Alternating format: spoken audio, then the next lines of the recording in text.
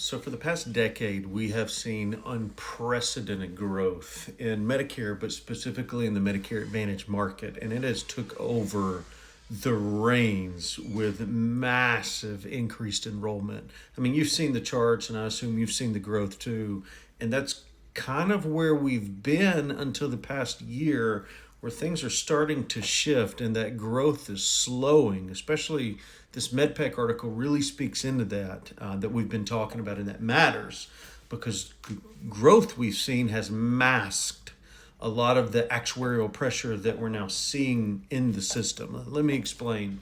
So, for the past decade, Medicare Advantage has grown rapidly. I mean, literally from about 30% back in 2013 to 50% in 2023, and now we're approaching 54 to 55% nationally of all Medicare enrollees being in an MA plan. I mean, that we're talking about massive growth. But this MedPAC article that just came out last week, the report to Congress, Medicare Advantage enrollment, that growth is starting to become more moderate, at least compared to the prior years. But at the same time, we're seeing massive decline in star ratings with RADV audits and risk adjustment tightening, all kinds of plans exiting the market. In fact, 7% of MA enrollees lost their plan through no fault of their own, AEP 26.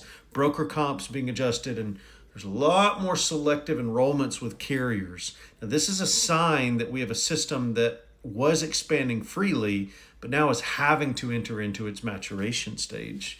And when that type of insurance system matures, the actuarial discipline takes over, right? The reason why growth matters so much, specifically in the MA market, is because Medicare Advantage, though it has grown rapidly, a carrier can absorb more risk when they have more of a pool of business. So when new healthier members are entering that pool, the fixed costs then are spread across a majority of lives rather than just a limited few. And because of that, the carriers have access to bid more aggressively, and that's why they can include rich benefits. Growth then gives carriers margin flexibility, but if growth slows, that flexibility has to shrink. So carriers then in a shrinking market then have to rely more heavily on accurate pricing during bid season and more risk control and provider contracting, utilization management and tighter benefit designs. That's why you're seeing benefits be cut. That's why you're also seeing hospital and systems drop out of MA markets. The profit's not there like it used to be, and that's ultimately where we're pointing right now. So let's take star ratings, for example. Star ratings directly affect how much rebate money an MA carrier receives.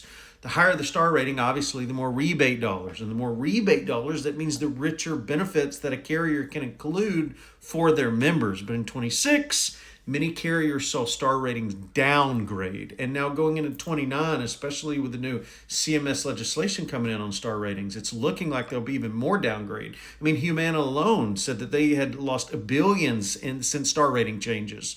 And when your largest carriers are saying their benefits are shrinking, something has to change.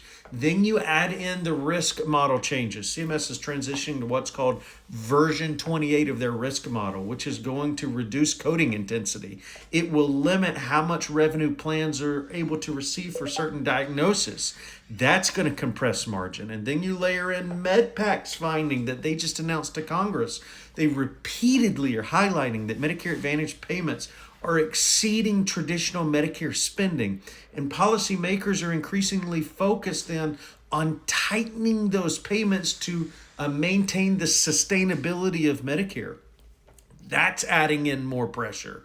So now what we're looking at is we've got slower growth with lower star ratings, which means less bonus payments. We have more risk model tightenings, which means lower capitated payments per member per month, and payment scrutiny, all happening at like this crescendo at the same time. Medicare Advantage is not collapsing, but it's shifting, right? It's shifting from this expansion mindset to a more methodological, how do you say that word? To a more managerial period of managing what they have to remain sustainable, right? Methodological. methodological, whatever it is. So we're seeing market exits. They're coming. More of them are coming. Narrower networks are coming. Benefit adjustments coming. Commission structure changes. It's coming. You're going to see more of it with more actuarial discipline. But this is a good thing. This means that Medicare Advantage is maturing. It's not leaving. So when you see carriers reducing their plan footprints and becoming more selective in certain counties and tightening their benefits, know that is evidence that Medicare is not leaving. Medicare is adjusting, and it's not some random decision. Now, if you live in a state where you have no Medicare Advantage plans paying comp, I understand how you could look at that and say this is not a good thing. And I don't disagree with you. That's not a good thing ultimately for the market, right? Because you need compensation to drive agent behavior.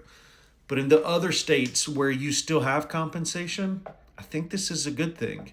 When the growth of MA has slowed, the underlying mechanics then are going to become more important, and carrier stability becomes one of the most important, right? So the block composition of that carrier and the pricing discipline that carrier is bringing to the market is of imaginable importance. So experienced agents then can begin to differentiate themselves from someone who's just slinging a policy for comp. Once again, MA's not going away. That's not what's happening. That's why I'm telling you this is a good thing for most states. Medicare Advantage has become a permanent part of the Medicare system, but the phase of Medicare Advantage is absolutely changing from this expansion mindset from 30 to 54% of the market in a decade or so to a sustainability mindset.